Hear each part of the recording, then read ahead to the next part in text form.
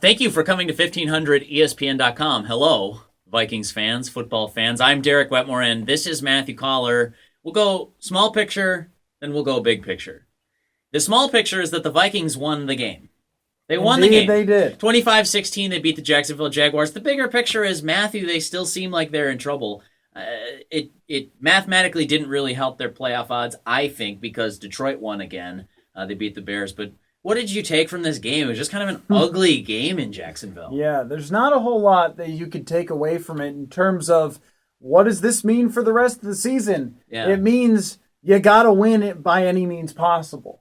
And that meant getting 14 penalties by the Jaguars. And it meant Jacksonville being given multiple opportunities to make something out of this game, but having a quarterback that's really bad. Right. And, he's going against... Hey, no picks. No picks.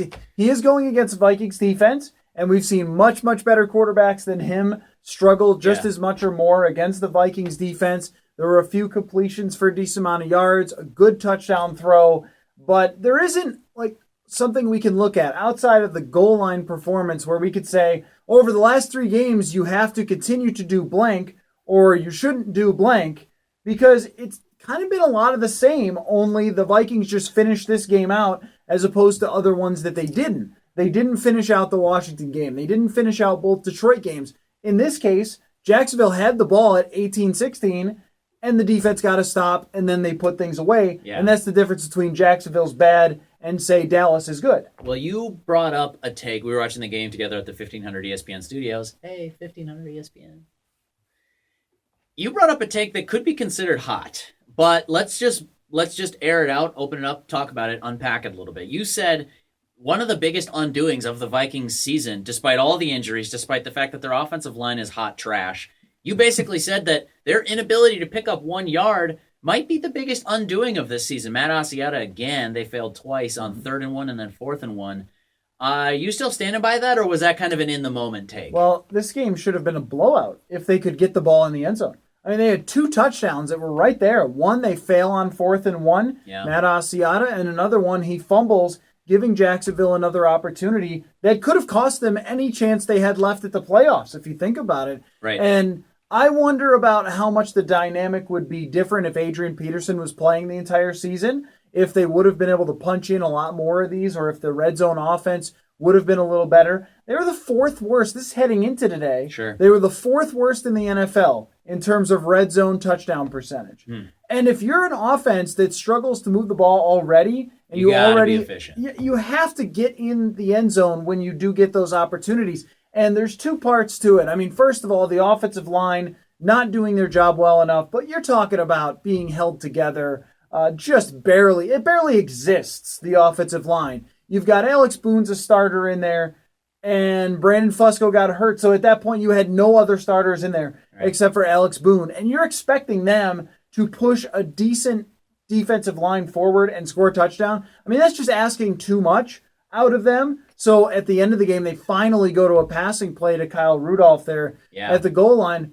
But I think the bigger point is that you have an offensive coordinator who continues to go to a 3rd-string running back with all backup offensive linemen in a play that's very much 1 versus 1. I win that battle. Yeah, I mean, it's just, to me, it's mind-numbing that they would continue to do that. But I also wonder if Adrian Peterson would have been good enough to overcome some of those problems. 2 devil's advocate points. They did try throwing to Rudolph on consecutive plays. 1 in the end zone, he dropped it. Then 1 on the right side, he gets stopped short. Basically because they say, okay, you have 1 red zone weapon.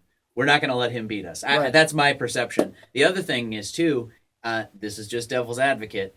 When they had Adrian Peterson in the past, they felt almost inclined to give him the ball in those spots. 1st and goal from the 3-yard line would have been Peterson. Let's see if we can punch it in.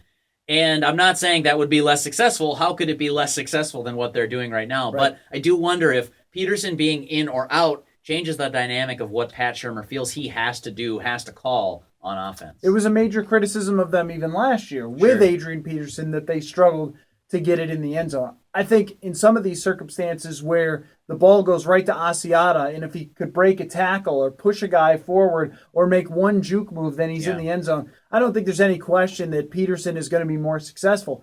I also think that what you're saying is absolutely correct. If the other team entirely knows that it's Peterson every single time in the red zone, then yeah, you're going to struggle. So what's worked for them? It's worked a play action pass that goes to Kyle Rudolph this time. Yeah. And earlier this year where they go to Rhett Ellison to run it in against Detroit. Things like that, using a little creativity.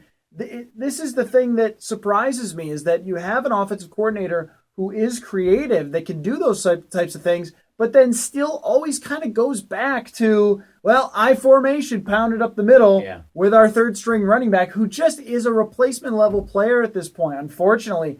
I mean, he works hard and seems to be liked by his teammates and all those things, and he's a strong guy that every once in a while breaks out a big play, but he is a replacement level player, as opposed to Adrian Peterson. Even if he has lost a step, he's still much, much more talented. How about the Matt Asiata spin move earlier today? Wow, how about that? Big run? Yeah, how about that? You didn't see that coming, I bet you. I did not see that the B button coming there for him, for him to spin out of that. That's pretty good. No, I did not. And it's circle on PlayStation, by the way. Oh, sorry. It's okay. Circle. Xbox, you were right. Okay, all right. Then I was going Xbox. But, yeah, I mean, continuing to go back to him as a running back in general surprises me. But I will say, Jerick McKinnon's been a bit of a disappointment this year. Everything always ties back into the offensive line. And McKinnon had a pretty decent day. But in my mind, after Peterson got hurt and looking at the numbers, my expectation was that there would be some big plays on occasion from McKinnon because he is explosive and he is fast. But there are times where he has that opportunity and it just doesn't seem to happen. And I think that he might be better fit for being the third down back that he was just for his career than being the guy that has to handle the load. The biggest play to Jerick, wasn't it the one where there was the strip sack? Bradford picks it up, kind of dumps it off in a panic move, and Jerick actually ran it for a decent pickup.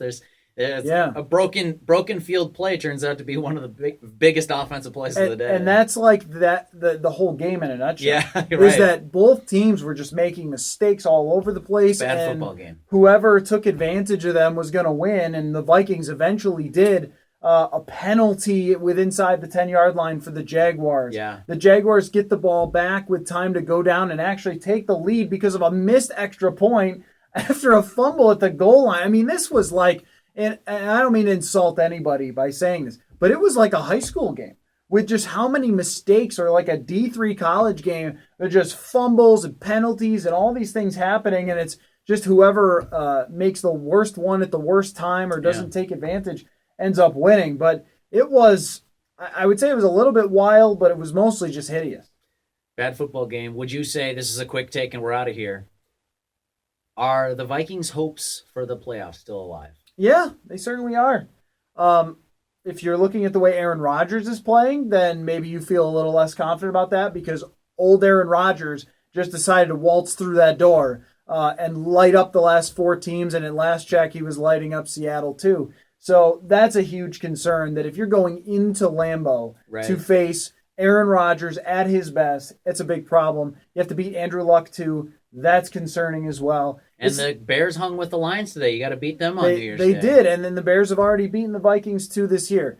The chances are still alive until you're eliminated, though. I mean, I know that sounds very much like I should be doing color. The old chip in a chair. Right, yeah. I mean, they paid me for that take. But I just mean that as ugly as it was, the coach has one eyeball. You're on the road. There's no Harrison Smith.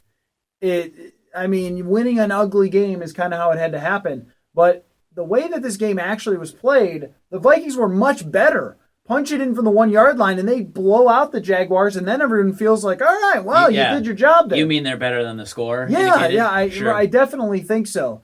Can they beat Andrew Luck? Yeah, the Colts are bad.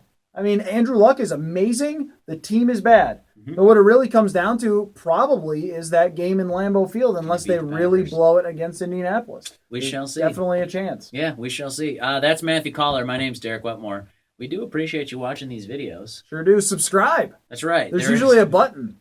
Yeah, we could do that. I'd throw it in for the people that are still left watching.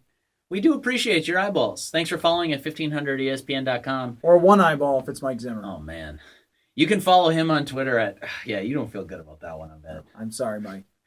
Matthew Collar. It's just at Matthew Collar, right, on Twitter? It is indeed. I'm just at Derek Wetmore, but if you want the football takes, probably follow him. So We'll see you later.